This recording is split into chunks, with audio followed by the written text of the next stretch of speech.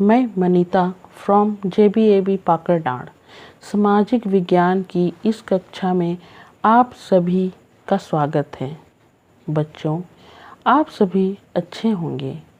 आज मैं आप सबों को सामाजिक विज्ञान से कक्षा 9 के छात्रों के लिए विषय इतिहास के प्रथम पाठ फ्रांसीसी क्रांति के बारे में कुछ पढ़ाने जा रही हूँ।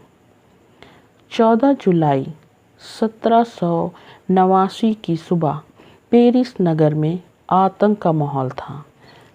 सम्राट ने सेना को शहर में घुसने की आज्ञा दे दी थी।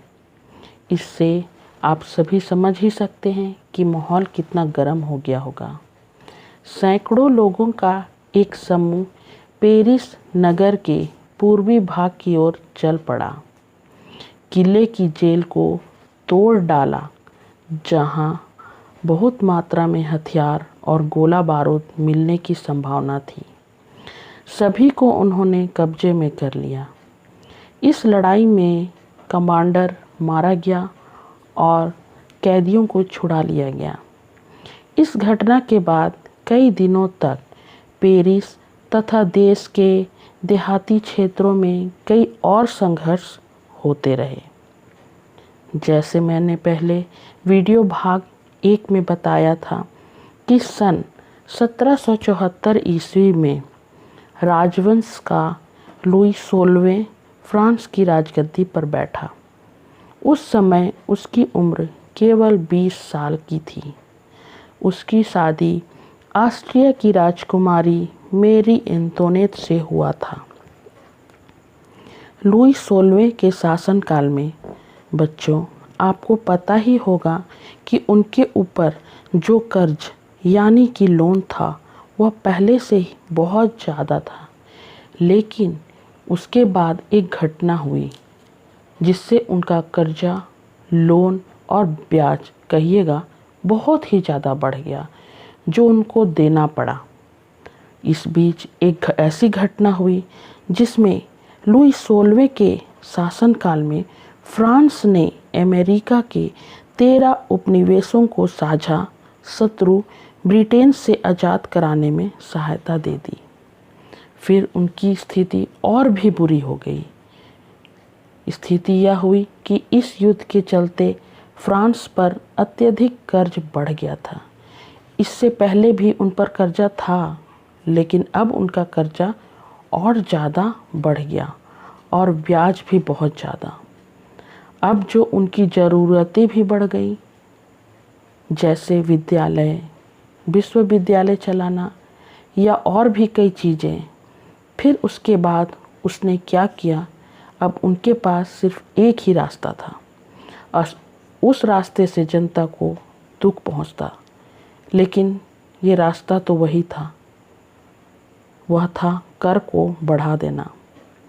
कर्ज चुकाने के लिए उन्होंने अपने नियमित खर्चे जैसे सेना के रखरखाव, राज दरबार, सरकारी कार्यालयों या विश्वविद्यालयों को चलाने के लिए फ्रांसीसी सरकार करों को वृद्धि करने के लिए विवश हो गई। फ्रांसीसी समाज जो वर्ग व्यवस्था थी, जो पूरी आबादी लगभग 90% किसान थे, 60% जमीन पर कुलीन, चर्च और तीसरे अमीरों का अधिकार था। कुलीन वर्ग और पादरी वर्ग के लोगों को कुछ विशेष अधिकार जन्म से ही प्राप्त थे। उनमें से सबसे महत्वपूर्ण विशेष अधिकार था राज्य को दिए जाने वाले करों से छूट मिलना। चर्च द्वारा वसूल किया जाने वाला कर, यह कर कृषि उपज के 10वें हिस्से के बराबर होता था। इसे टाइद कहते थे और सीधे राज्य को अदा किए जाने वाले कर को टाइल कहा जाता था, जिससे जीने का संघर्ष बहुत ही कठिन हो गया। फ्रांस की जनसंख्या सन 1715 में 2.3 करोड़ थी। वो सन 1789 ईस्वी में बढ़कर 2.8 करोड़ हो गई, क्योंकि जो खाद्य सामग्री है वो कम पड़ जाएंगे तो जॉब है जो कम पड़ जाएगी, जिससे सैलरी मिलती थी 3 के बजाय 4 लोग काम करेंगे, तो उन तीनों की सैलरी को काट कर चौथे को दे दिया जाएगा। क्यों? क्योंकि आपको पता है कि जब जनसंख्या की वृद्धि होती है तो कितना ज़्यादा नुकसान होता है। अमीर गरीब की खाई चौड़ी होती चली जाती है, रोजी रोटी के संकट पैदा हो जाते हैं, फिर जीविका संकट की स्थिति पैदा हो जाती है। बच्चों, जीविका संकट क्या होता है आप लोगों को पता है? नहीं, तो मैं बताती हूँ। ऐसी चरम स्थिति जब जीवित रहने के लिए छोटे से छोटे साधन भी खतरे में पड़ने लगते हैं, उसे ही जीविका संकट कहते हैं। बच्चों, आप जानते हैं कि जीविका संकट कैसे उत्पन्न होती है? नहीं, तो मैं आपको बताती हूँ।